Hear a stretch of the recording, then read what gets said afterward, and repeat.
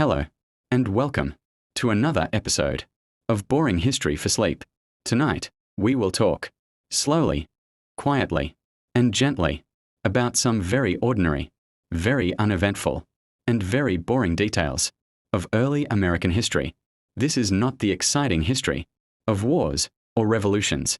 This is the slow, dull, everyday history of people living in times long, long ago. So, let us begin. Early colonial settlements.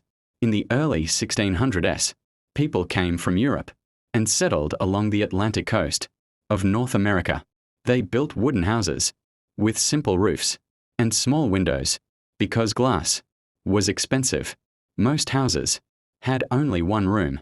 Inside, there was a fireplace made of stone, used for cooking and for warmth. Beds were made of straw. Sheets were made of rough linen. Pillows were often just sacks filled with feathers or wool. Nothing was very comfortable, but people survived. Food and eating. Meals were simple. In the morning, colonists ate porridge, sometimes bread, if lucky, a small piece of cheese. At midday, there might be stew made of beans, or corn, or peas, sometimes meat, if available, but often just vegetables. In the evening, they ate more bread, sometimes dried fish, or salted pork. Drinks were usually water, or weak beer. Tea was rare, and coffee even rarer. Meals were plain and boring. Clothing. Men wore woolen trousers and linen shirts. In colder months, they had coats made of thick wool. Women wore long dresses with aprons and simple caps made of cloth. Shoes were made of leather. They were stiff and not very comfortable. Children often went barefoot. Clothing was repaired again and again. Nothing was thrown away until it was completely worn out. Work and daily life. Most people farmed the land. They grew corn, beans, and squash. They raised chickens, cows, and pigs. They worked from sunrise to sunset. Men plowed the fields. Women cooked, cleaned, and cared for children. Children helped with chores, carrying water, gathering firewood, feeding animals. Days were long and repetitive. One day looked very much like the next. Travel was slow. There were no cars, no trains, no planes. People walked or used horses. Sometimes small boats. A trip of 10 miles could take half a day. Roads were rough, often muddy, and full of stones. Travel was uncomfortable and tiring. Esiko or Liko. On Sundays, most colonists went to church. The church was often the center of the community. The building was plain, wooden benches, no cushions. Cold in winter, hot in summer. Services were long, sometimes 3 hours, sometimes even longer. People listened quietly. Children sat still. No one spoke out loud. After church, people stood outside, talking slowly, sharing news. Before going home, it was a routine. Week after week, month after month. Education. Schools were small, often just one room, one teacher, many children of all ages. Together, children learned to read and to write using chalk and slates. Books were rare. Paper was expensive. Ink was hard to make. Lessons were simple. The alphabet, short prayers, basic arithmetic. Discipline was strict. Children who misbehaved might be scolded or given chores. Learning was slow and quiet and very, very boring. Houses and furniture. Colonial houses were small. Most had 1 or 2 rooms. Floors were rough wood. Roofs sometimes leaked. Furniture was simple. A wooden table, a few chairs, a chest for storage. Beds were shared. sometimes 3 or 4 people, in one bed. There were no closets, clothing hung on pegs, or stayed, folded, in boxes. Rooms were dark. Candles gave little light. At night, people went to bed early, because there was not much else to do. Weather and seasons. The weather shaped daily life. Summers were hot and humid. Winters were cold and harsh.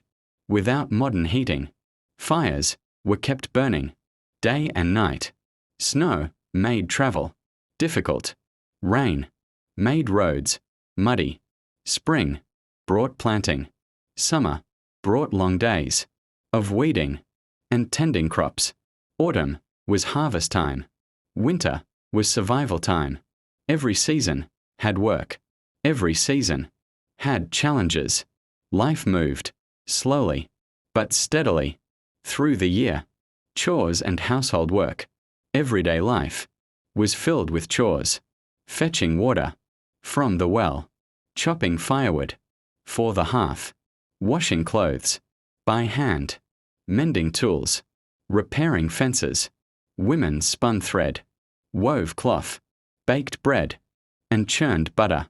Men repaired roofs, sharpened tools, built barns, and cared for animals. Children carried buckets, fed chickens, gathered eggs, or helped in the fields. There was always work. Work that was ordinary. Work that was repetitive. Work that never seemed to end. In larger towns, life was slightly different. Houses were closer together. Streets were narrow and unpaved. Shops sold simple goods: candles, cloth, nails, and tools. A blacksmith worked with iron. A cooper made barrels. A miller ground grain into flour. There were no streetlights.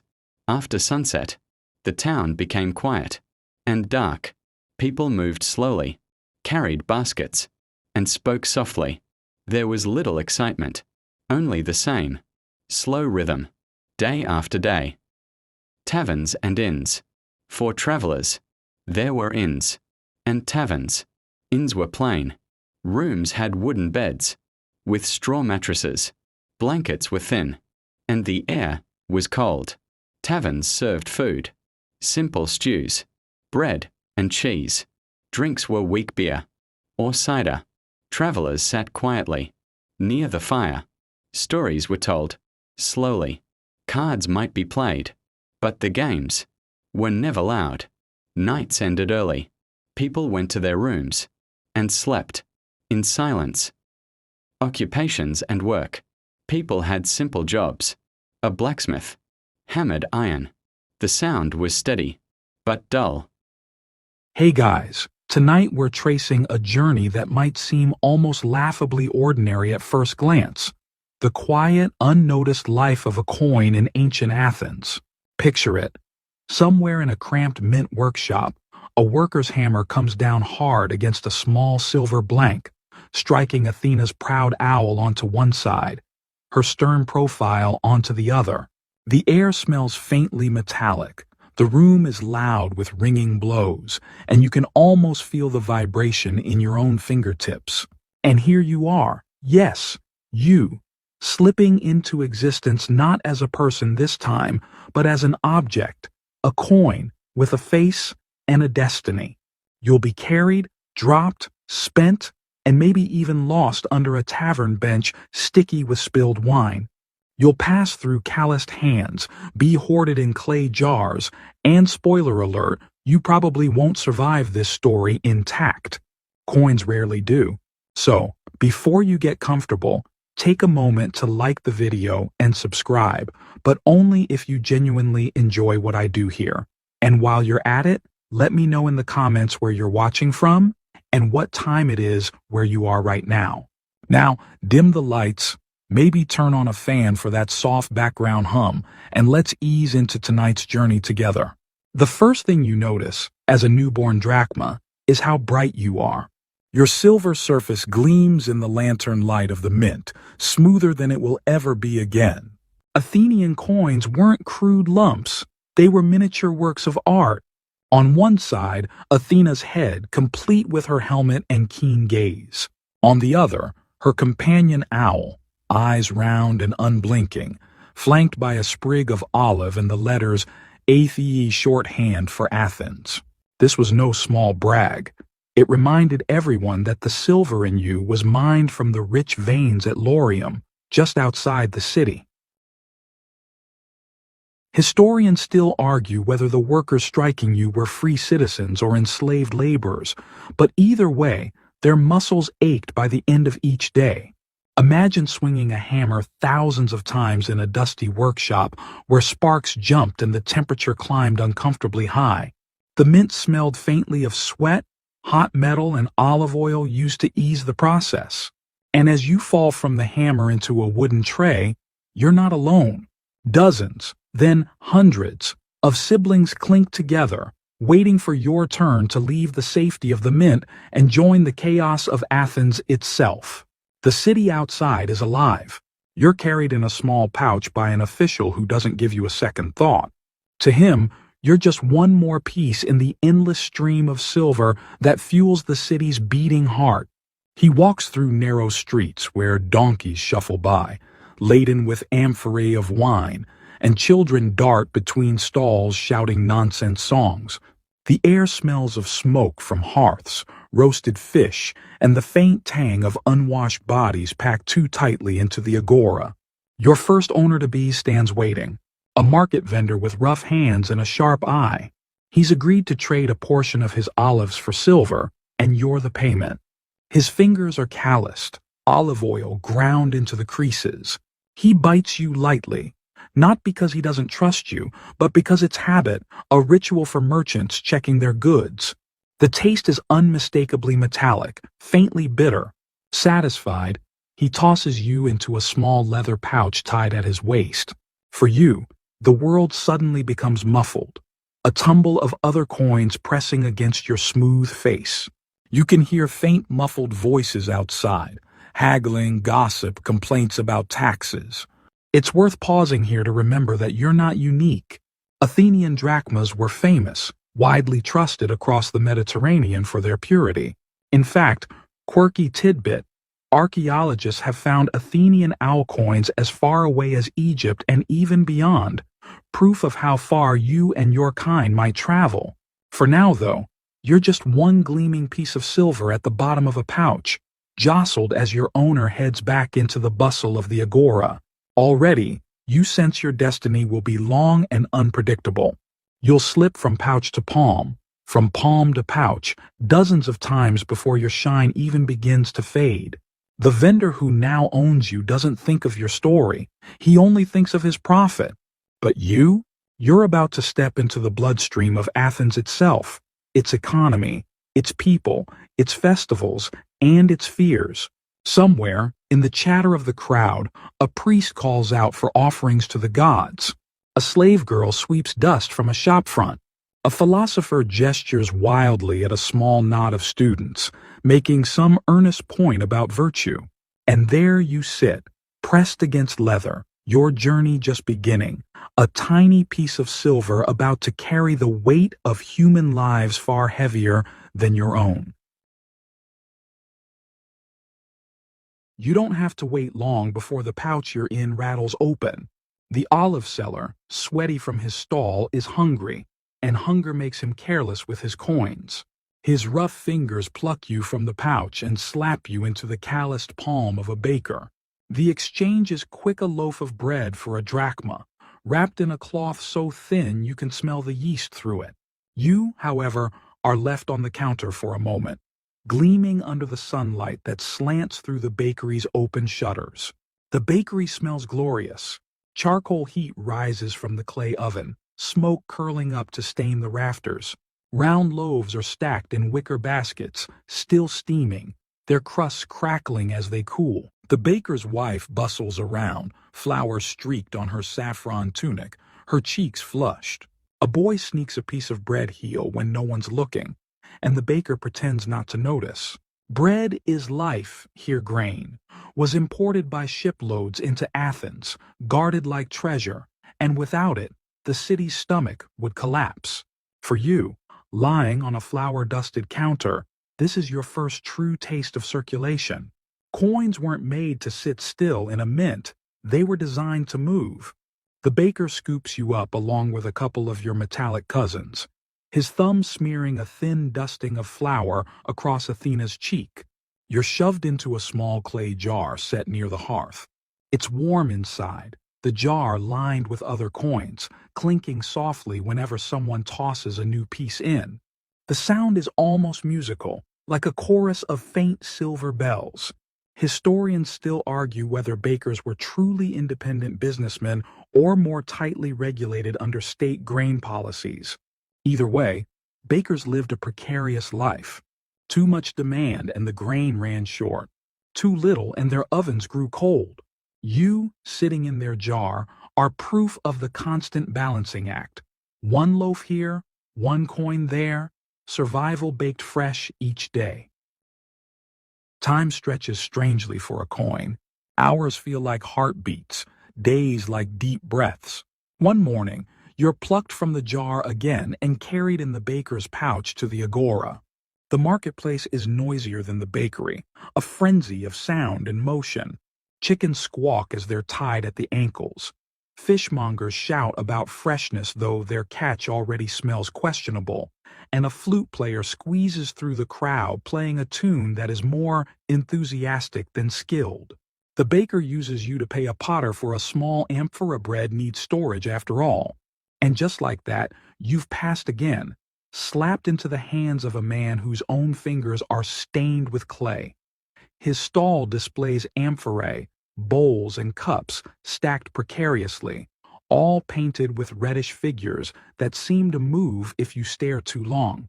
The potter doesn't admire you. He barely glances before tossing you into a wooden chest behind his stall. Here's a quirky tidbit. Athenians didn't bother much with wallets. They tied coins in cloth, or carried them in pouches, or just clutched them sweaty in their fists. Some even shoved them in their mouths to keep hands free, a practice you should be grateful you haven't endured yet. Though, give it time. Inside the potter's chest, you spend the afternoon rattling with a few other coins. You overhear voices drifting through the market. A farmer complains about the heat. A philosopher, Socrates himself, maybe.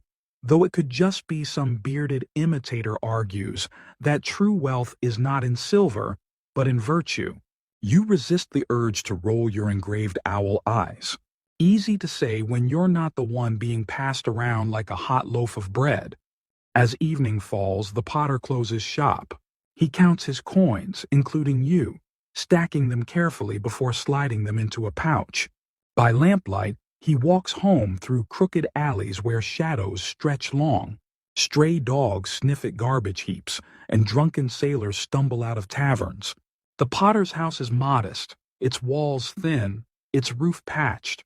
He tosses you onto a low table where his wife is mending a tunic by firelight. A child nearby arranges pebbles into pretend soldiers, humming a nonsense tune. Here, your existence takes on a domestic quiet. You're not funding great wars or monumental temples, not yet. You're just paying for bread, pottery, fish, and fabric.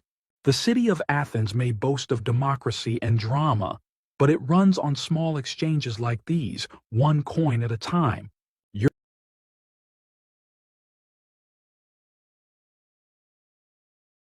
The merchant hauls his chest back to his stall in the agora, and by midday, the potter wakes before dawn. And so do you, though really.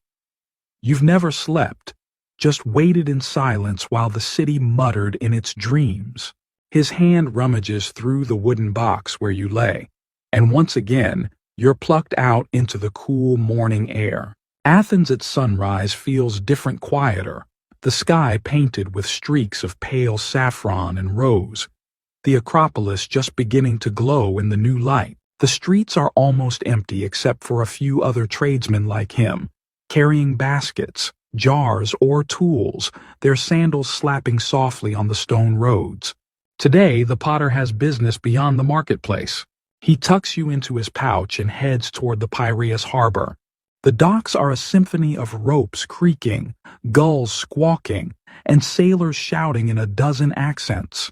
Ships from Egypt, Phoenicia, and beyond float heavy in the water, their sails furled and their decks crowded with amphorae and crates. The smell of the sea mixes with tar, fish, and sweat. You can almost taste the salt in the air. The potter pauses by a grain merchant unloading sacks from a ship. He pays a few coins, including you, for a small measure of barley. Grain is life, and even a potter must keep his family fed. The merchant, a burly man in a russet tunic, examines you briefly before tossing you into his heavy wooden chest, brimming with other coins, some worn smooth, some gleaming, some foreign and oddly marked. For the first time, you nestle against coins not born of Athens but minted elsewhere. Historians still argue whether Athenians truly welcomed foreign currency or mistrusted it. What's certain is that Athens itself exported its owl-stamped drachmas widely, because everyone trusted the purity of Athenian silver. You, lying among strangers, feel a certain pride. You're the reliable one in the pile, the coin that says, "This city means business." The merchant hauls his chest back to his stall in the agora, and by midday, you're on the move again. A fisherman with a sunburnt face pays for grain with a few coins, and suddenly you're in his pouch instead, bouncing against his thigh as he returns to his stall. The smell is overpowering here, salt, scales, and guts. He slaps a wriggling fish onto the counter, the last of his catch, and takes payment from a house servant in a saffron shawl. And just like that, you're passed along again, slipping into her cloth purse beside a small bronze key and a folded shopping list written on a wax tablet.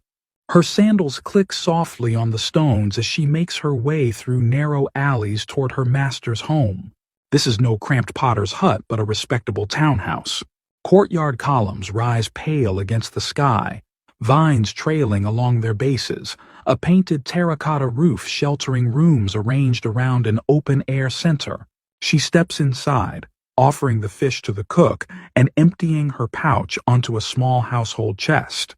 You spill out across polished wood, glinting faintly as a shaft of sunlight falls through the courtyard. Here, you glimpse the quieter rhythms of domestic wealth. Children chase each other through the courtyard, their laughter ringing off the stone. A slave boy balances a jug on his shoulder, water dripping down his bare arm. A woman in teal arranges wool for weaving, her spindle whirring softly. You rest in the chest among other coins, watching life unfold around you, each clink of silver marking another small decision that makes the household turn. Quirky tidbit. Some Athenians actually buried coins under their hearthstones as a charm for prosperity.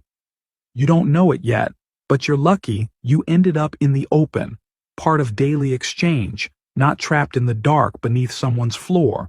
Though maybe that would have meant less handling, less grime on your engraved owl feathers.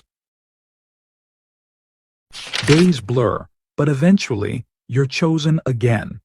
The household steward plucks you up along with others, ties you in a cloth, and heads out into the bustling city. You can hear debates spilling from a corner where men gather to argue about politics, voices sharp, laughter harsh. Athens is alive with opinion, and every man with a free tongue uses it. This time you're handed to a stonemason at a construction site. You can tell by the sound, chisels striking marble, hammers pounding rhythmically, dust swirling in the sun. Perhaps the Parthenon itself is rising nearby, or one of the countless temples that dot the city. The mason wipes his brow with a dusty arm and slips you into his pouch without ceremony. For him, you're not beauty or meaning. You're bread, wine, and maybe a candle for the evening. Night falls again. The mason trudges home, pockets lighter, shoulders heavier. He sets you on a small table alongside a hunk of cheese and a half-empty jug of wine. His children crowd him, tugging at his tunic, and he laughs despite his exhaustion. You watch, gleaming faintly by lamplight, as another ordinary Athenian night closes. For you, the journey continues, one pouch at a time, one table to another.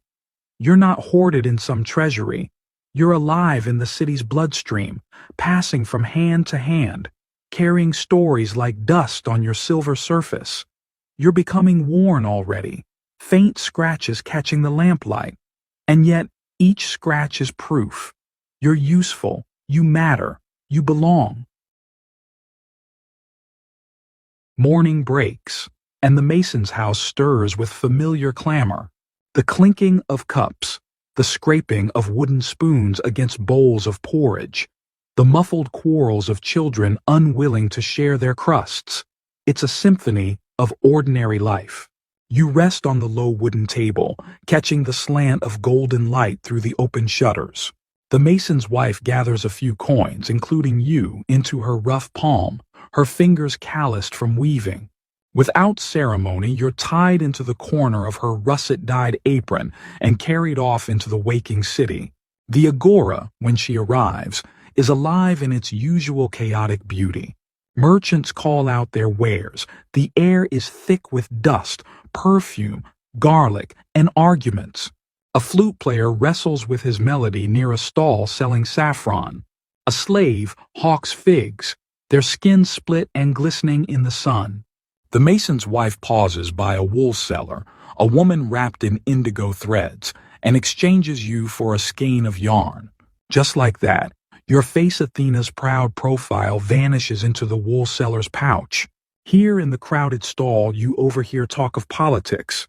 Customers mutter about Pericles, that silver-tongued statesman who seems to dominate every conversation in Athens. Historians still argue whether his building program was truly for the glory of Athens or a convenient way to keep citizens employed and distracted. But you, nestled among other coins, feel the irony. The marble rising on the Acropolis, the temples shining with new paint, all are built, in part, by little slivers of silver like you. The wool seller spins you quickly, handing you to a passerby who buys thread dyed in teal. The buyer, a plump woman with bracelets jangling, adds you to her small purse. The coins clink against each other like gossip whispered in an alley. She strolls off toward the Kerameikos, where funerals and festivals intertwine in strange harmony. At a shrine by the roadside, she stops. The air here smells of smoke and honey. A priest in a saffron robe tends to the flame, his hand steady as he sprinkles wine into the fire. The woman approaches the altar, bows her head, and drops a small offering into the bronze dish. A scattering of figs, a ribbon, and you. You rest for a moment on cool bronze, hearing the chant of prayers rising around you. This is no marketplace clamor, but a low murmur, heavy with reverence. For once, you're not payment, not trade, you are a gift. It feels almost absurd. You were cut from silver meant for commerce, yet here you sit, briefly divine, part of an offering to gods who may or may not notice. Quirky tidbit. Some Athenians believed coins carried miasma, a kind of pollution, if they were used in dishonest trade. Offering such coins to the gods was a way of cleansing both pockets and consciences. But gods, if they cared, didn't intervene in small economics. Soon enough, a temple servant gathers the offerings, tipping you into a clay jar half filled with other coins. The jar is heavy, clinking with sacred silver, bronze, and even a foreign coin or two. Days later, the priest empties this jar into a larger chest. Sacred or not, offerings often made their way back into circulation. The gods had no need for drachmas, but temples had plenty of expenses: oil, incense, repairs, wages for the workers who kept the holy fires burning. When you emerge again, it's in the pouch of a temple steward. He strides confidently through Athens, pausing at a stall where a boy sells olive oil in clay flasks. The steward hands you over with other coins, and the boy beams. For him, Every sail means praise from his father. He slips you into a leather pouch tied tight to his belt. The boy doesn't keep you long. Later that evening, in a tavern near the Dipolon Gate, laughter echoes as men drink watered wine, toss dice, and boast of their day's labor. The boy's father claps him on the shoulder and, proud of his work, lets him keep a coin for himself, you. He races outside, giddy, to spend you on a honey cake from a street vendor. The vendor, an old man with white beard and teal tunic, takes you with a tired smile. He sets you into a wooden bowl among other small payments, the smell of fried honey wafting around him. The day winds down, the agora empties, and you, sticky with traces of cake sugar, lie quiet under the dim glow of oil lamps. You've already been a worker's wage, a merchant's profit, a household's tool, a shrine's offering, and a boy's joy. You're silver, yes, but more than that, you're a story in motion. Tomorrow another hand will pluck you up, another path will open, and you'll keep gliding through this restless city like a small owl on the wind. Night falls on Athens and the city exhales. The marble columns of the Parthenon gleam faintly in the moonlight, their shadows stretching long across the Acropolis. Torches gutter in the streets, throwing dancing flames against the plastered walls of narrow lanes. Somewhere, a lyre's strings hum gently, carried on the breeze from a symposium where men recline on couches, cups of diluted wine in hand, debating philosophy and politics in the haze of laughter and smoke. But you are not among philosophers tonight. You rest instead in the bowl of the honey cake vendor, along with a few other weary coins, sticky from trade and touched by countless hands. The vendor snores lightly behind his cart, wrapped in a wool blanket while cats prowl for crumbs. Though the city sleeps, you're far from still. In the quiet, you feel your own weight, the curious paradox of being small yet powerful, common yet sacred, touched by the divine and the mundane alike. At dawn, the vendor stirs, gathers his bowl, and trudges toward the Piraeus, Athens' bustling port. The morning air smells of salt and tar, the shouts of sailors already echoing from the water. Rows of ships with painted eyes line the harbor, their hulls creaking as they sway with the tide. The vendor approaches a fishmonger, a wiry man with forearms brown and strong from hauling nets. They haggle over prices. The fish glisten with morning catch, their scales catching the light like little mirrors. Eventually, the vendor presses you into the fishmonger's calloused hand. The fishmonger laughs heartily as he pockets you, his mind already leaping ahead. That night, when his wife nags him about buying firewood for their hearth, he'll remember you. True enough, later in the day, you clink against other coins in exchange for a bundle of olive wood from a cart pulled by a donkey. The wood seller, grateful for payment, slips you into a pouch tied around his waist. That pouch sways as he makes his way home, where smoke curls from low rooftops and children dart through alleyways, their feet bare against the packed earth. His daughter tugs at his tunic, begging for figs. With a chuckle, he relents, using you to pay a street vendor for a handful. You're passed again, this time sticky with fruit juice, into yet another set of hands. It's here that you find yourself with a traveler, an Ionian merchant who's lingered in Athens longer than he planned. His accent marks him as a foreigner, his sandals dusty from weeks of walking, his cloak patched in places. He pockets you absent-mindedly, not knowing you were minted just a few miles from where he stands. To him, you are already a useful token, a promise of something across the sea. The Ionian makes his way back toward the docks, where ships prepare for departure. He barters with a sailor for passage, adding you to a small pile of coins, and soon you are tucked into the sailor's purse, swaying with the rhythm of the sea as the ship lurches away from Athens. The Aegean spreads out around you like a sheet of hammered bronze, glinting under the sun. The sailor's purse rests in the belly of the ship, among coils of rope and amphorae filled with oil and wine. You can hear the creak of wood, the slap of waves, the cries of gulls overhead. For the first time since you were struck, you are leaving Athens. Days pass. At night, the sailors sing shanties, their voices rough but full of camaraderie. Dice games are played on the deck, and you nearly end up lost in a careless toss, but the sailor keeps you close, his small comfort, his little piece of payment, his link to the world ashore. When the ship finally pulls into a bustling Ionian port, the sailor disembarks, jingling his pouch. In this new city, the streets feel different. The dialect is strange, the markets less crowded, the rhythms unfamiliar. Yet even here, you are understood. Silver speaks a universal language. The sailor spins you on a jug of wine, laughing with his companions. The wine seller, indifferent to your origin, drops you into a clay jar filled with local coins. Here's the odd truth of coins like you.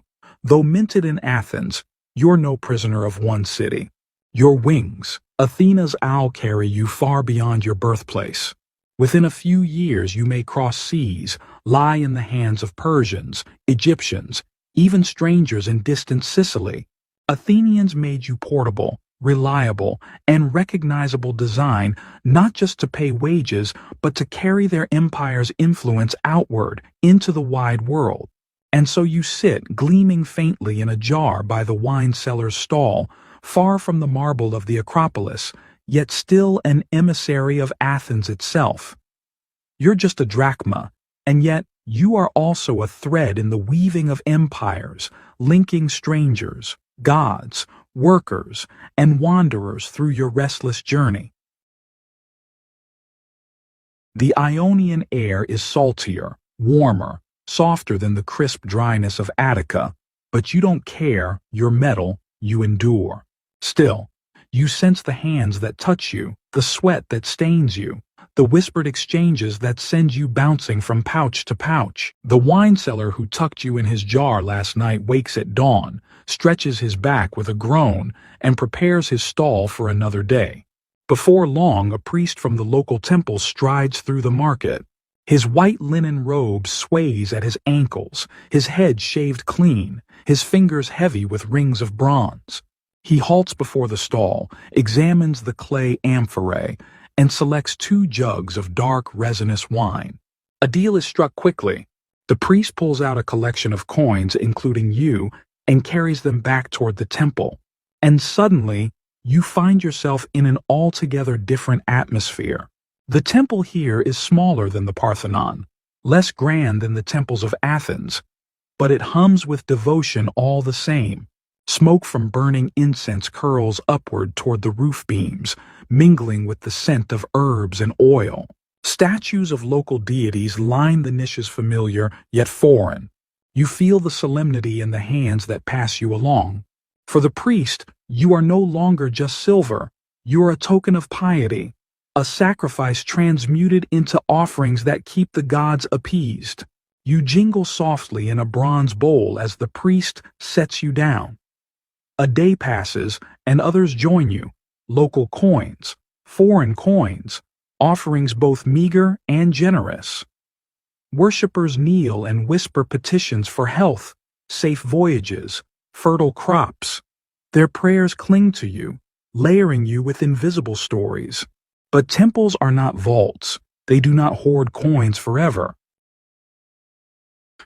Priests exchange offerings for supplies, commissioning bakers to provide bread for rituals, carpenters to repair worn beams, potters to craft new vessels. And so, within a few days, you're back in circulation, slipped into the hand of a potter who smells faintly of clay and smoke. He pockets you, barely glancing at the owl stamped into your surface. The potter spins you at a tavern, trading silver for food, laughter, and music. You rest on a wooden table stained with wine, surrounded by crumbs of barley bread, as men clap their hands and sing old songs. For a moment, you almost feel like part of the revelry. an unnoticed participant in the timeless dance of feasting. But soon, another hand scoops you up, the tavern keeper's. He turns you over in the lamplight, squints at Athena's profile, and mutters. To him, your Athenian origin is not just trivia, it's value. Athenians are known for the purity of their silver, for the weight of their drachmae, and that reputation gives you legs. You can buy more than just a cup of wine, you can buy trust. So the tavern keeper decides to keep you aside, tucked away in a small chest. Not for payment tomorrow, but perhaps for a merchant who passes through the port, someone who will appreciate your Athenian pedigree. And indeed, before long, that merchant arrives. He's Phoenician. His cloak dyed with the deep purples his people are famed for. He speaks several tongues, his words slippery as eels, his gestures animated. When he pays his bill, the tavern keeper slips you across the counter instead, and the merchant nods approvingly. Into Phoenician hands you go, bound for the sea once again. The merchant boards a ship, its sails square, its hold full of amphorae and cloth. You're nestled among a purse of other coins, rocking gently with each wave. Nights stretch long, filled with the sound of creaking timbers, the splash of oars, the chanting of sailors who trust the stars more than maps. Weeks pass, and you arrive in Tyre, a city famed for its harbors and trade. Here, your life takes on a new rhythm. You move from hand to hand at dizzying speed, sometimes traded for jars of olive oil, sometimes for a bolt of linen, sometimes for nothing more than a loaf of bread. Each person who holds you believes they know your worth, yet none suspects the full weight of your journey.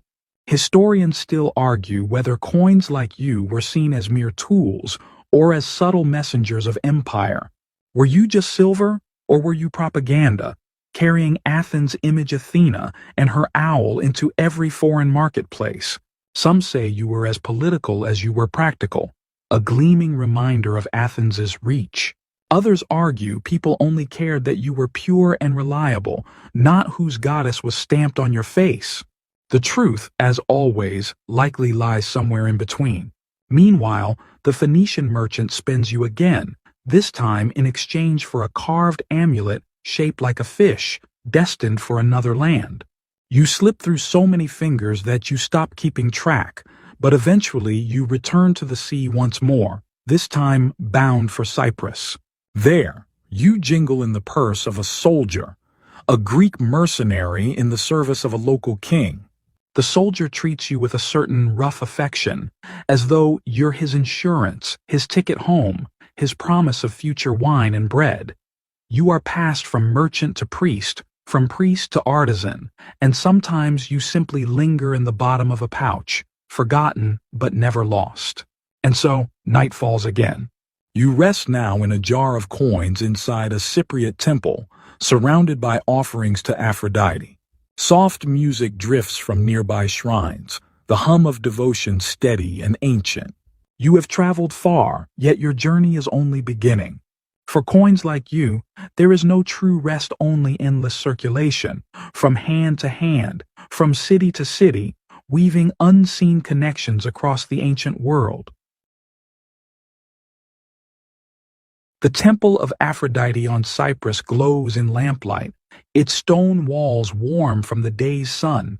You rest among other offerings, pearls, small clay figurines, and coins of every shape. You are just one more sparkle in the goddess's treasury, though your owl glints differently in the flicker of flame.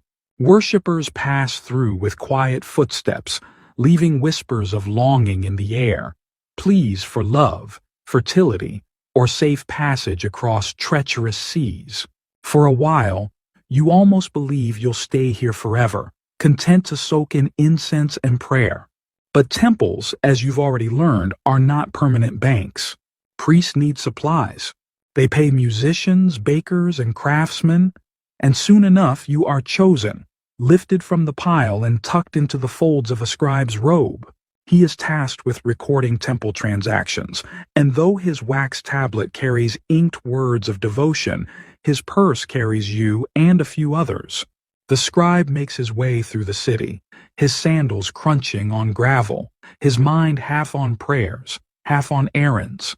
You find yourself exchanged once more, this time at the bustling market near the harbor. The stalls brim with figs, honey cakes, dyed cloth, and copper jewelry. When the scribe buys fresh bread, you clink onto the merchant's table, joining a swirl of local coins. The baker glances at you. He knows your type. An Athenian drachma, reliable, heavy, pure. He slips you into a pouch at his waist, muttering to himself about how much easier it is to trade when money is trustworthy. Coins with uncertain weight or alloy can ruin a deal. Yours, on the other hand, keeps commerce smooth. That night, the baker sits with his family under an olive tree, dividing bread and cheese. His youngest son, curious and mischievous, digs into the pouch and pulls you out. "Look, father, an owl," he chirps, turning you toward the firelight. For a moment, you are not just currency. You are wonder, a piece of art in small hands. The boy imagines you flying into the night, a guardian bird. He returns you reluctantly when his father scolds him, but the memory lingers. Morning comes, and the baker spins you at a smith's workshop.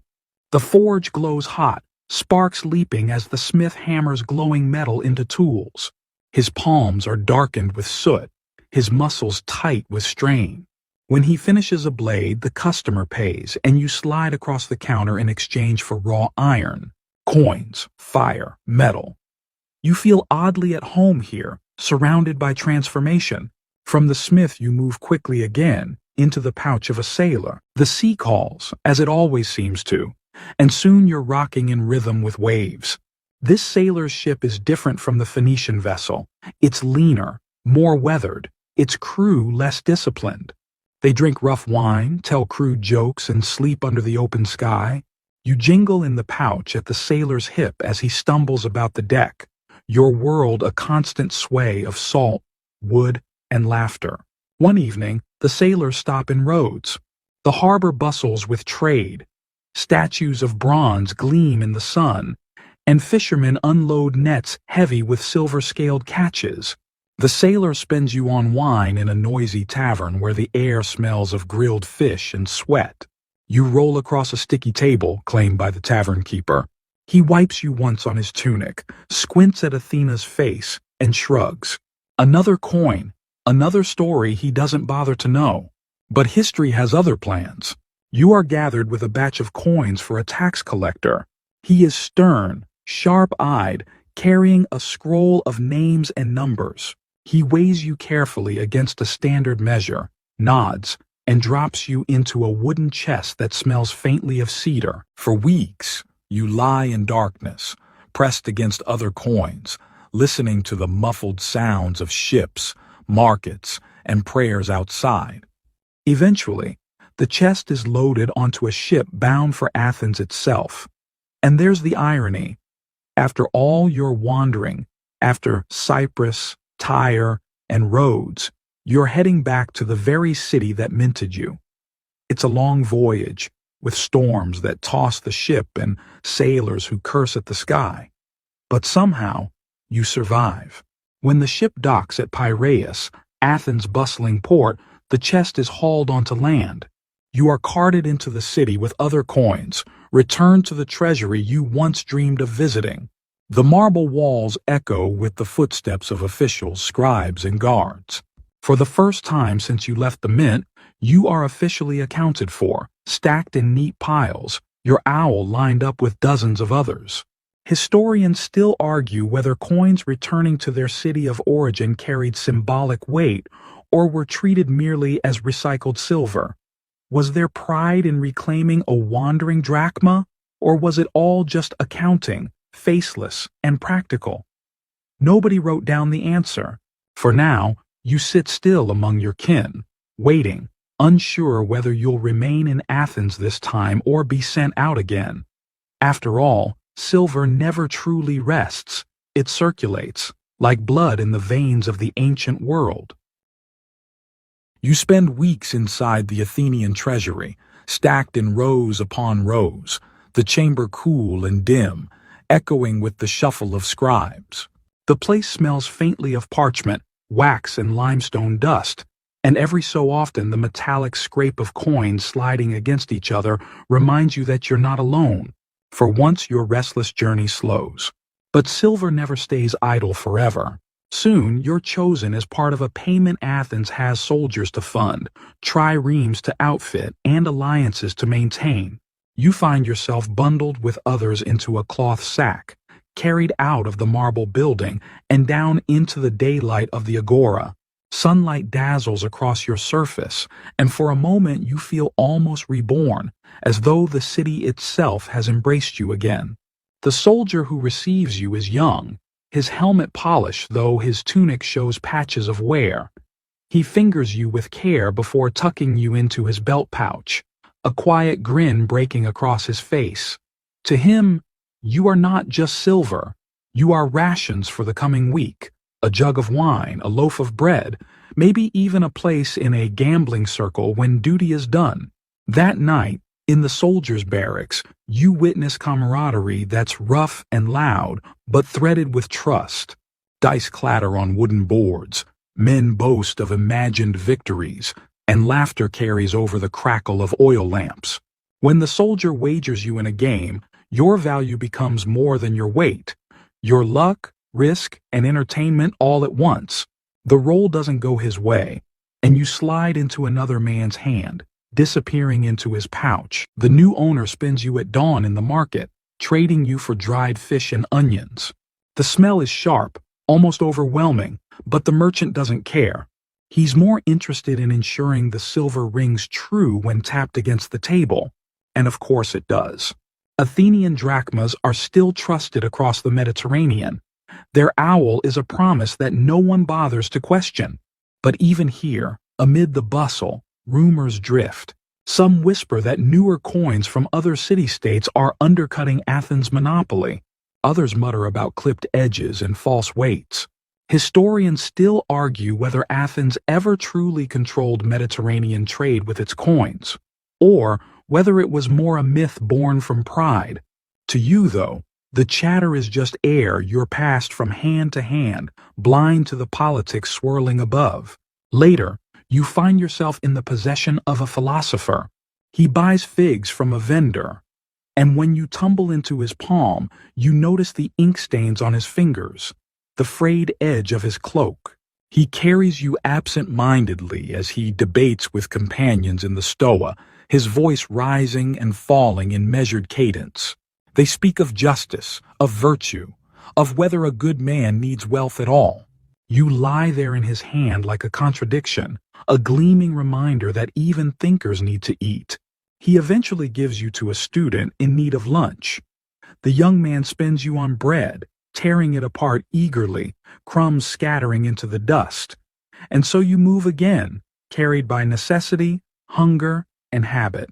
The baker who accepts you this time sets you aside in a small wooden box marked for savings. Not every coin vanishes the same day it arrives. Some are stored, if only for a little while. In the flickering light of his oven, you rest against other coins, listening to the crackle of flames and the rhythmic pounding of dough. You smell yeast and ash, a comforting change from the salt air of harbors and the sweat of soldiers. Yet soon enough, the baker's wife plucks you from the box, slipping you into her pouch as she hurries off to buy wool. In a weaver's stall, you're exchanged again, your silver weight contributing to cloth that will wrap children against winter nights.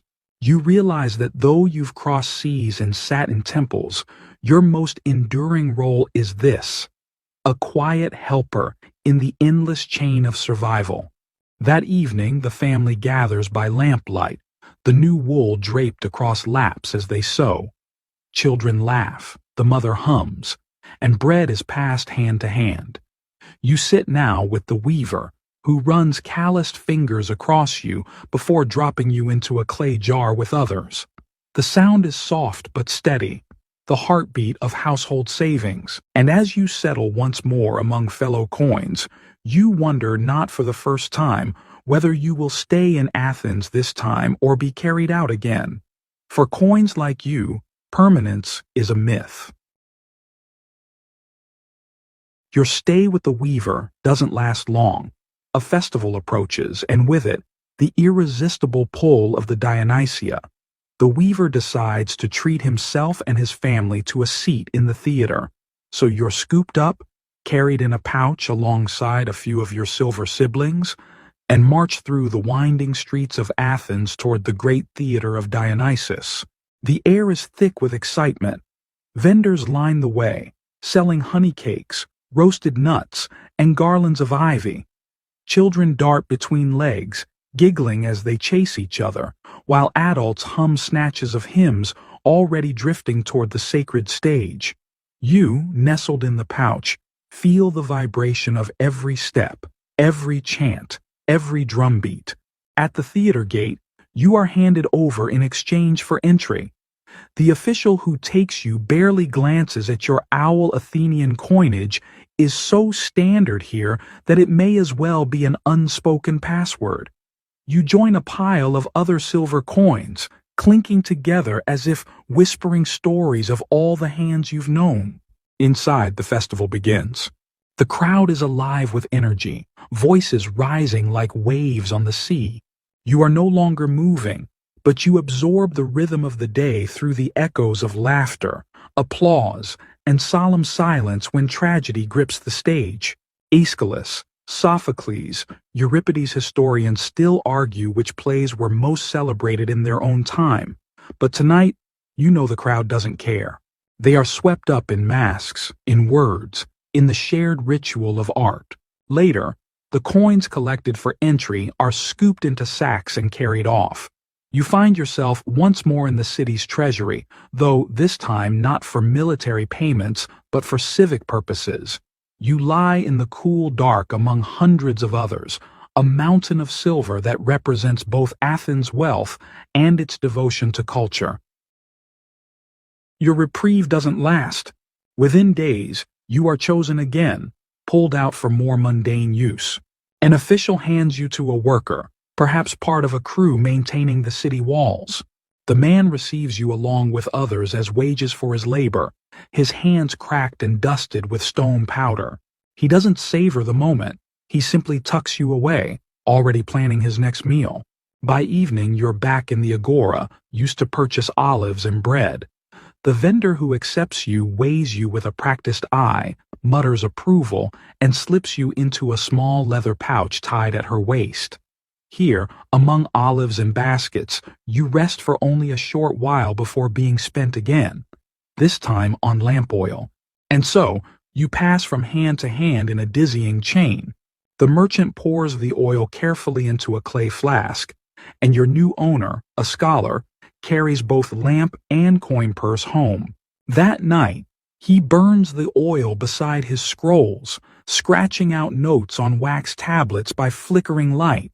He pays little mind to you, though you sit close at hand, a quiet witness to words that may shape arguments debated for centuries. The next morning, he gives you to a student in exchange for a borrowed book. The student, thrilled to have a little silver, spends you on figs and honey bread. For an hour you lie sticky with crumbs in his pouch until he shares the food with friends, laughing in the sun. Historians still argue whether coins like you truly democratized wealth in Athens or if they simply reinforce the power of those already holding the purse strings. From your perspective, though, the truth feels simpler. You are needed by everyone, whether philosopher, soldier, or baker's child. By the end of the festival week, you've passed through so many hands that you've lost count. The edges of your silver feel slightly smoother from wear, and dirt smudges cling to your owl. Yet your value remains the same. The Athenian drachma still commands trust, still buys bread, wine, entry, and light. And as the night falls again, you find yourself in a small household jar, resting with a handful of other coins while laughter and music drift through open shutters. For the moment, at least, you are home. Morning sunlight slants through the shutters of the small Athenian household. You lie in the jar with a few companions, silver and bronze alike. The voices of the family stir around you, Children squabbling over chores, a mother kneading bread, and the father preparing tools for the day ahead. The jar tips, and you tumble into the man's rough hand. Today you are needed again. He slips you into his pouch, and soon you find yourself back on the streets, mingling with the hum of Athens. Merchants shout prices in the agora. Priests chant at shrines, and artisans hammer at their work. The man takes you to a smith, exchanging you for the sharpening of a plow blade. The smith inspects you closely before tossing you into a wooden chest streaked with soot. There, you clink against other coins, some shiny, some so worn their owls look ghost-like. By afternoon, you're on the move again. The smith uses you to buy bronze scraps from another craftsman, and once more you are passed hand to hand, always valued, never ignored. Each new set of fingers seems to weigh you with the same unspoken trust. The owl means Athens. The silver means stability. But stability is not eternal. Rumors ripple through the marketplace. Persia grows restless again, Sparta's shadow looms, and even within Athens, politics simmer like wine too long left to ferment. You can sense the tension in how quickly you change owners, in how often men mutter about taxes or hoard coins in jars instead of spending them freely. One evening, you end up with a sailor. His skin is browned by sun, his cloak patched with salt stains. He pays for dried fish with you, and then, later, he tucks you into a pouch tied securely beneath his tunic. That night, under the smell of tar and pitch, you hear the creaking of ships and the calls of men preparing for departure. The next morning, you are at Piraeus, the great harbor. Gulls shriek overhead, and ships sway with cargo and crew. You are carried onto a trireme bound for trade. Not war, its sleek hull, ready to slice through the wine-dark sea. As the vessel pushes off, you realize something. For the first time in your existence, you are leaving Athens. Days pass with the rocking of waves and the slap of oars. You feel the vibrations of rowing, the shouting of the captain, and the endless hiss of water against wood. Nights are colder. The stars spread vast and unfamiliar above. You, a small piece of Athens, are now a traveler of the Aegean. When the ship docks at a bustling port, perhaps Ephesus, perhaps Rhodes, you are exchanged for cargo, part of the payment in silver for goods. The merchant who accepts you eyes your owl carefully, nods, and slides you into his purse. Even here, far from the Parthenon, the Athenian coin carries weight. Its purity is trusted, its image of Athena respected. In this new city, you are spent in a market where tongues twist in accents not quite your own. You buy spices, then fish, then wine, and each time you are accepted without hesitation. You realize your identity is larger than the city that struck you. You are part of a network, a thread in the fabric of Mediterranean trade. For a time, you circulate among foreign hands. You rest in a Phoenician trader's pouch, then with an Ionian artisan, then in the hands of a local farmer. You hear new gods invoked, new songs sung, but always your owl speaks louder than language. You are Athens, and Athens is wealth. Yet even abroad, your journey is never permanent. One day, you are gathered with other coins, different shapes, different weights, some stamped with lions or bulls instead of owls, and loaded onto a ship bound once again for Greece. As the sails catch the wind and the coastlines shrink behind you, you sense it. You are returning home.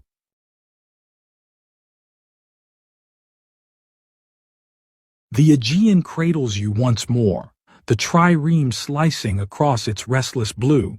You are nestled among a pouch of mixed coins, Persian derricks with their archer stamped in gold, Phoenician shekels gleaming faintly, and your fellow owls from Athens. You jostle with them, a chorus of metal murmurs each time the ship lurches over the waves. The sailor who carries you hums a tune as he checks the ropes. the sound blending with gull cries overhead. You, small and round, feel yourself at the center of something much larger than one city part of the invisible glue holding commerce, trust, and human ambition together. At last, land approaches. The familiar rugged outline of Attica. The ship hugs the coast, and Piraeus comes into view, brimming with masts like a forest of spears. Dockworkers shout, pulling ropes taut, while merchants on the quay wave eagerly, ready to tally, weigh, and haggle. You are lifted ashore, tucked into a merchant's pouch that already bulges with clinking promise. Back in Athens, you are immediately swept into the familiar rhythm of exchange. This time you don't linger in small markets or farmers' stalls. Instead, you find yourself pulled into the flow of state business. The merchant who owns you pays part of his harbor tax, and you are collected by a magistrate's assistant dropped into a sturdy wooden chest reinforced with bronze corners. Inside, it smells of cedar and faint olive oil, the official treasury of the city. Here, you are joined by hundreds of your kind, a shimmering horde of owls stacked and scattered. You can almost hear the heartbeat of Athens itself in the chamber, the voices of officials tallying, the scratch of styluses on wax tablets, the faint crackle of torches. This is not just storage, this is power. Every coin here represents walls being built, ships being repaired, soldiers being armed. Time stretches. Days blur into nights, though you see nothing of the sun. Then, with sudden urgency, the chest is opened. You are scooped up, along with a heavy handful of others, by hands calloused from long service. These coins, including you, are destined for something specific, the upkeep of the Navy. You are poured into a sack that smells faintly of tar and seaweed, hauled down to the harbor and distributed as pay for rowers. A man with lean arms and scars from rope burn receives you, smiling faintly. To him, you are more than silver. You are bread for his children, wine for his thirst, and sandals for his tired feet. He keeps you in a pouch as he trains, running along the decks, hefting oars, preparing for whatever conflict Athens whispers about. Historians still argue whether these rowers felt pride at their civic duty or exhaustion at the endless grind, but for you, the feeling is unmistakable. You are no longer just a coin, you are fuel for the war machine. One night, under a star-heavy sky, you overhear sailors trading rumors. Sparta, they say, grows restless. Some whisper of battles yet to come, others of alliances that might crumble. The city is strong, yes, but the gods are fickle. You cannot grasp strategy, but you understand the tension in their voices. You are part of a tide rising towards something inevitable. Still, before war calls, you flow once more into civilian life. The rower spins you at a pottery stall, laughing as he chooses a cup painted with black figures of heroes locked in battle. The potter, proud of his craft, accepts you without question, admiring the owl before sliding you into a small clay jar. Here, surrounded by shavings of clay and the smell of kiln smoke, you rest for a short while, feeling almost ordinary again. But ordinary never lasts in Athens. Soon, the potter uses you at a wine shop, paying for amphorae of the dark, resin-scented drink. The shopkeeper, slick-haired and chatty, passes you on again, this time to a priest who purchases oil for a small shrine. And so you move sacred, profane, political, domestic, always needed, never questioned. One morning, you land in the palm of a young student who uses you to buy a scroll. The papyrus smells sharp and dry, ink curling across its surface in neat Greek letters. He studies in the shade of the agora, mumbling aloud as he traces words that might one day shape laws, poetry, or philosophy. You realize you've touched not just hands but ideas. Your silver fuels the mind as much as the stomach. And still, your journey continues. You slip between roles, from a humble piece of bread to a soldier's wage, from tribute to philosophy's foundation. Through it all, you feel Athens pulsing around you, lively, quarrelsome, ambitious, and fragile. In a way, you are Athens. Every time you pass from hand to hand, you stitch together its citizens, from the humblest potter to the loftiest statesman. You may be small, but your presence is constant, a reminder that value is trust, and trust is power. And one day soon, that power will be tested in fire and war. The hum of Athens surrounds you again, but now the tone feels different, tighter, more urgent. Whispers of war echo through the streets like the buzzing of cicadas. Spartan hoplites loom in rumor, their shields glinting in imagination as much as in reality. The city prepares, and you, just a silver disk with an owl, find yourself caught in the momentum. You begin in the calloused palm of that young student, still proud of his papyrus scroll. But books do not fill stomachs. He eventually spends you on a simple meal of barley bread, olives, and a splash of cheap wine. The stall keeper grins, slides you into a clay dish of coins, and soon hands you off again, this time to a smith hammering bronze helmets. The blacksmith's forge glows like the belly of a monster. Sparks leap into the air as hammers crash onto metal. You are laid down on his workbench, your owl staring blankly at the scene. He takes you with a soot-blackened hand, wipes sweat from his brow, and passes you to a supplier delivering iron ingots. You are gone again, part of the endless circulation that fuels preparation for conflict. Later, you find yourself in the treasury once more. Chests creak open, magistrates tally, and you are swept into the great flow of coins destined for Athens' most prized possession, its navy. The triremes, sleek wooden sharks of the sea, require endless upkeep sails, ropes, pay for rowers, rations for voyages. You are dropped into the payroll chest, among thousands of gleaming companions, each one destined to beat like a silver heart beneath the decks. When you reach the hands of a rower, you feel his relief. His family has waited for payment. He clasps you tightly before tucking you into his pouch. To him, you are no mere disk. You are security against hunger. Historians still argue whether rowers were proud volunteers or reluctant laborers pressed into duty. But the truth in his sigh is clear. Survival matters more than philosophy. That night, under torchlight, he spends you at a bakery. The scent of warm loaves fills the street, mingling with smoke and the faint tang of salt air. You clink against the counter, then slide into the baker's apron pocket. By dawn, you're spin again, this time on a bundle of reeds for basket making. You've become part of a chain so ordinary it might be overlooked. Yet every step builds the city's war readiness in subtle ways. Meanwhile, the agora buzzes with debate. Citizens argue loudly about Pericles' strategies, whether Athens should push further with its navy or secure alliances. You overhear fragments, tribute from allies. The Spartans grow restless. If the gods favor us, we cannot lose. You, sitting idle in someone's pouch, realize you're tangled in the threads of destiny. What is strategy without the coins to fund it? Days later, you find yourself at a dockside tavern. The rowers gather there, drinking, laughing, and occasionally arguing with wild gestures. A jug of wine is slammed down, and you are part of the payment. The tavern keeper grins, drops you into a jug of mixed coins, and soon uses you to buy fresh fish from a vendor at the harbor. And so you move, from sea to land, soldier to baker, tavern to fishmonger.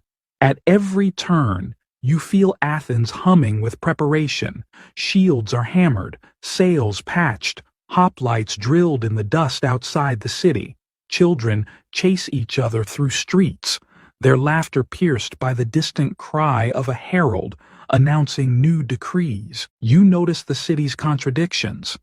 Athenians debate democracy and philosophy under painted colonnades, but their survival depends on you and your countless siblings flowing endlessly through hands, fueling bread, armor, oars, and dreams. Historians still argue whether the empire's greatness lay in ideas or in silver, but in your endless circulation, the answer feels obvious.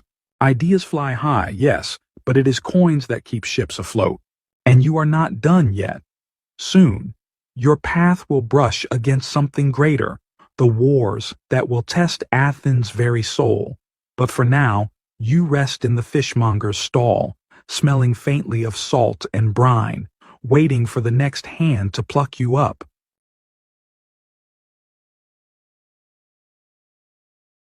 The fishmonger's stall sits heavy with the smell of the sea brine, scales, and the faint metallic tang of knives on wood. You lie in a clay bowl beside a scatter of other coins, your silver owl peeking out from a film of fish oil. The market hums, but today the chatter has a harder edge. War has come. A soldier's wife approaches, her eyes tired but her voice firm. She points to a modest catch, pays with a few coins, and scoops you up with them. For her, every purchase is weighed against the future. Will her husband return from campaign, or will she stretch meals alone for months? You ride in her pouch back through narrow alleys until she reaches her small courtyard, where a clay brazier smolders. She grills the fish, sprinkles salt, and divides the meal between her children. You catch their giggles as they pick at bones, unaware of the shadow creeping closer to their city. After the meal, she walks to a neighbor, a weaver who has agreed to make her husband a sturdier cloak. She pays with you, sliding you onto a wooden table littered with dyed wool. The weaver's hands are stained blue and russet, threads stretched taut on a loom. Your owl stares up at beams of sunlight cutting through the workshop as threads click and clack like a heartbeat. By dusk, you are handed to a courier fast, lean, his sandals worn thin. He pockets you absent-mindedly after delivering a message. You bounce against his hip as he jogs through the Dippolon gate, where beyond the walls dust rises. Out there, armies gather. Inside, Athens braces itself. That night, the courier spends you in a noisy tavern where soldiers and citizens mingle. Torches flicker on plaster walls, casting shadows that stretch like tall helmets. The air is thick with wine, roasted meat, and nervous laughter. A lyre twangs in the corner, but conversations circle back, always, to war. The Spartans, the Allies, Pericles' plan. You are pushed across a counter, exchanged for a cup, and dropped into the tavern keeper's box. Soon after, the tavern keeper empties that box into a sack for delivery to the docks. You rattle inside, pressed against dozens of your siblings, as the sack is hauled aboard a trireme preparing for voyage. The scent of pitch and tar, the creak of wooden planks, the rhythmic call of rowers warming up, all of it surrounds you. A paymaster counts coins in the moonlight, then divides them into smaller pouches. You slip into one destined for a young oarsman. This man is little more than a boy, calluses not yet hardened, shoulders thin. He stares at you in the firelight, perhaps imagining the bread or wine you'll buy once he's paid again. He fingers you for luck before tucking you into a leather pouch at his waist. To him, you are not just silver, you are hope carried across black waters. Historians still argue whether Athenian rowers felt pride or despair when setting out to fight, but there is no debate in the way his hand lingers on the coin. He needs you as much as he needs the gods. Dawn breaks, golden over the harbor, horns blare, ropes creak, sails unfurl. The trireme slips into the waves, each oar striking water in unison. You lie against the boy's side, the rhythm of the sea matching the rhythm of his heart. For a moment, Athens feels invincible, its ships sleek, its men determined, its silver endless. But as gulls wheel overhead and the city fades behind you, you realize your journey has only just tilted into the storm. You are bound for war now, not the market stalls or family hearths. And in war, coins may travel farther than their owners ever will.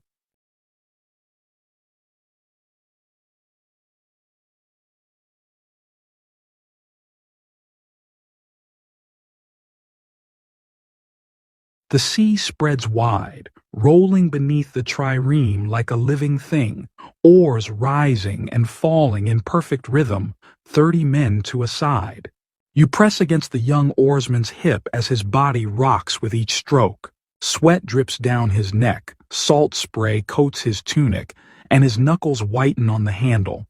Around him, men grunt in time, a human machine powered by bread, fear, and promises of glory. The boy fingers you between pulls, perhaps imagining the loaf of bread you might fetch, or a small jug of wine once he returns. Coins like you carry reassurance proof that this endless labor isn't for nothing. Above deck, officers pace, shouting orders. The sail snaps against the mast, gulls wheel overhead, and the horizon burns gold with early light. The trireme joins others, dark shapes slicing across the sea. Athens' fleet is a forest of masts, their bronze rams gleaming like teeth. Somewhere, men are singing a rower's chant, voices rolling over the water. You feel the vibration of war stirring, the thrum of hundreds of hands propelling wooden beasts forward. Historians still argue whether these fleets felt more like symbols of democracy or instruments of empire, but no one doubts their power when they gather. At night, campfires crackle along a foreign shore. The young oarsman sits cross-legged, pulling you from his pouch, turning you in the firelight. A fellow sailor teases him, saying he treats that coin as if it were a sweetheart's gift. He laughs, tucking you back with a grin. But you notice how his fingers linger. For him, you are both payment and talisman, as if your owl could watch over him while spears clatter nearby. When dawn comes, war is no longer distant rumor, it is here. Trumpets blare, ships line up, and orders bark across the decks. The air hums with tension, the sea darkens with shadows of fleets. The boy grips you one last time before the command is given. Then he stows you deep inside his pouch, and the battle begins. The first clash comes like thunder. Ships ram into each other, wood splintering, bronze shrieking. Men shout, leap, and fall. Water churns red and white with foam. You feel the boy's heartbeat hammer as he rows harder, harder, while soldiers above fling javelins and clash shields. One moment, victory surges. The next, fear crashes down. In the chaos, the boy's pouch snaps loose. You tumble free, rolling across the deck, sliding toward the scuppers slick with seawater. For a heartbeat, you gleam in sunlight, an unnoticed spark in the storm. Then a lurch, a shout, a tilt of the deck, and you slip overboard, swallowed by the Aegean. Down you sink, tumbling in blue light, past shafts of sun and drifting foam. Fish scatter, bubbles rise, and the war above fades into muffled thunder. You land softly among sand and shells. The world suddenly quiet. The sea claims you, cradling you in silt. Years pass, maybe decades. Barnacles crust over you, then fall away. Currents roll you deeper, then spit you out again. Ships come and go. Storms rake the seabed, but you remain. Occasionally, a fisherman's net brushes close, tugging at the sand, but somehow you slip free. You are a coin without a master, a relic lost between the beating of two oars. Historians still argue whether most coins were hoarded, melted, or lost in circulation. Few mention the thousands that sleep in the sea, hidden away from both history books and human touch. Yet you are proof. They exist, countless and silent, their journeys halted mid-story. For now, you rest among corals, your owl dulled but still visible under layers of salt. You've left the bustling city, the shouting markets, the heated debates. Instead, you drift in the eternal hush of the sea floor. The world above changes, empires rise, alliances collapse. But here below, time flows differently. And somewhere in Athens, another coin takes your place in a boy's hand, buying bread, trading for fish, keeping life in motion.